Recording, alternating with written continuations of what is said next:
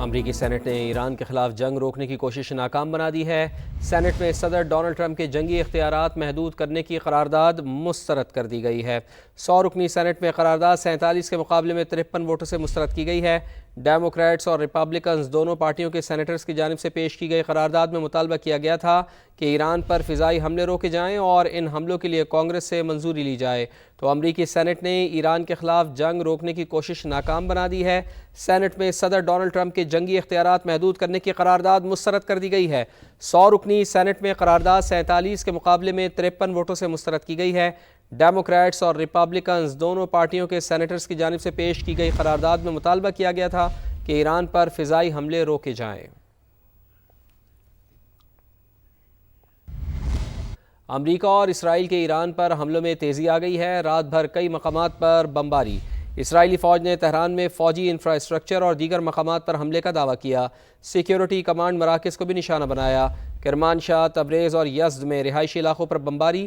5 روز سے جاری حملوں میں شہادتوں کی تعداد 1000 سے زائد ہو گئی۔ سعودی وزارت دفاع نے بیان میں کہا ہے کہ الخرش شہر کے قریب 3 کروز میزائلوں کو تباہ کر دیا گیا۔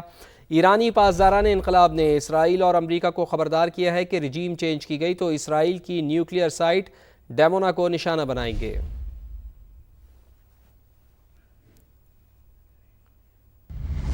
ایسے میں ایران کی جوابی کارروائیاں بھی جاری ہیں۔ اسرائیل کے مختلف علاقوں میں میزائل اور ڈرونز داغ دیے ہیں۔ تل ابیب، حیفا اور یروشلم میں سائرن بج اٹھے ہیں۔ شہریوں کی دوڑیں لگ گئیں، بنکرز میں پناہ لے لی۔ حزب اللہ نے اسرائیلی فوجی مراکز کو نشانہ بنایا۔ جواب میں اسرائیل نے بیروت سمیت لبنان کے مختلف علاقوں پر بمباری کی۔ تازہ حملے میں 3 شہری شہید اور 8 زخمی ہو گئے ہیں، جس کے بعد شہادتوں کی تعداد 75 ہو گئی ہے۔ اسرائیلی کارروائیوں کی وجہ سے 18,000 لوگ بے گھر ہوئے ہیں۔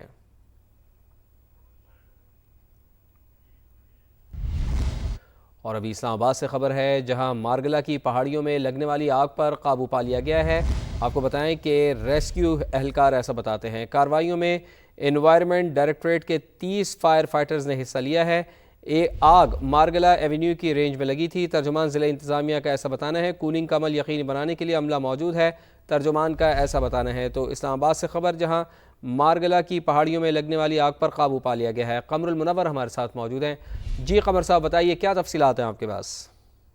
جی، گزشتہ مارگلا کی پہاڑیوں پر یہ آگ لگی تھی اور جس کے بعد آگ کو بجھانے کے لیے جس جگہ پر یہ آگ لگی تھی اس کے ارد گرد کے جو جنگل اور درخت ہے ان کو کاٹ دیا گیا تھا تاکہ آگ جو ہے وہ زیادہ نہ پھیل سکے، لیکن آگ بجھانے میں پھر بھی 3 سے 3.5 گھنٹے جو ہے وہ ریسکیو کا کام جاری رہا۔ اب آگ پر مکمل طور پر قابو پا لیا گیا ہے۔ 30 فائر فائٹر جو ہیں محکمہ انوائرمنٹ کے اس نے اس میں شامل ہو کر اس آگ بجھانے میں حصہ لیا۔ تاہم یہ جو آگ ہے یہ مارگلا ایونیو کے رینج میں لگی تھی اور 2 روز قبل بھی یہاں پر ہی آگ جو تھی وہ لگی تھی جس پر قابو پا لیا گیا تھا، لیکن آج آگ کی شدت زیادہ تھی، اسی وجہ سے آگ کو بجھانے میں کافی دشواری کا سامنا بھی کرنا پڑا ہے۔